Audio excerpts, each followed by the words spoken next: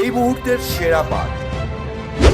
দিল্লিতে ম্যারাথন বৈঠক করছেন মুখ্যমন্ত্রী শুভেন্দু অধিকারী। গতকাল কেন্দ্রীয় স্বরাষ্ট্রমন্ত্রী অমিত শাহের সঙ্গে দফায় দফায় বৈঠকে একাধিক বিষয় নিয়ে কথা হয়। তাদের মধ্যে মন্ত্রিসভা নিয়ে আলোচনার পাশাপাশি সীমান্তে কাঁটাতার ও সিএএ বাস্তবায়ন নিয়েও আলোচনা হয়েছে। সূত্রের খবর, খুব তাড়াতাড়ি বাংলায় পূর্ণাঙ্গ মন্ত্রিসভা গঠন করা হবে। প্রশাসনিক জটিলতা নয়, লক্ষ্য প্রশাসনিক নিয়মের সরলীকরণ, আর সেই লক্ষ্যেই সংস্কারের উপর এবার সব থেকে বেশি জোর। বৃহস্পতিবার কেন্দ্রীয় মন্ত্রিসভার বৈঠকে এমন বার্তাই দিয়েছেন প্রধানমন্ত্রী নরেন্দ্র মোদী। রাজ্যে পালাবদল ঘটেছে। বিজেপি ক্ষমতায় আসার পর রাজ্য জুড়ে এখন শুধুই পদত্যাগের হিড়িক। এবার গ্রাম পঞ্চায়েতের সদস্য পদ থেকে ইস্তফা দিলেন নন্দীগ্রামের তৃণমূল কংগ্রেস প্রার্থী পবিত্র কর ও তার স্ত্রী শিউলি কর। নন্দীগ্রাম 2 নম্বর ব্লকের বয়াল 1 নম্বর গ্রাম পঞ্চায়েতের 12 নম্বর বুথে বিজেপির টিকিটে জয়লাভ করেন পবিত্র কর।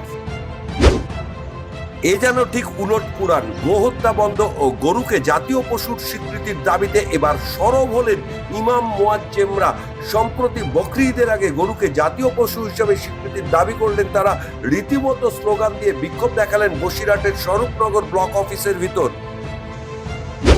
আগামী মঙ্গলবার পর্যন্ত চরম গরম এবং অস্বস্তিকর আবহাওয়া থাকবে দক্ষিণবঙ্গের বাঁকুড়া, পুরুলিয়া, পশ্চিম মেদিনীপুর, ঝাড়গ্রাম, বীরভূম এবং পশ্চিম বর্ধমান জেলাতে গরম এবং অস্বস্তি উঠবে চরমে। কলকাতা সহ বাকি জেলাতেও গরমের সঙ্গে অস্বস্তি, সঙ্গে আর্দ্রতাজনিত ঘাম আর প্যাচপ্যাচে হাঁসফাঁস অবস্থা হতে পারে। এই মুহূর্তের সেরা পাঁচ এখন এই পর্যন্ত। সমস্ত খবর ও আপডেটের জন্য চোখ থাকুক নিউজ পোল বাংলায়। নিউজ পোল বাংলা, খবর বিশ্বজুড়ে।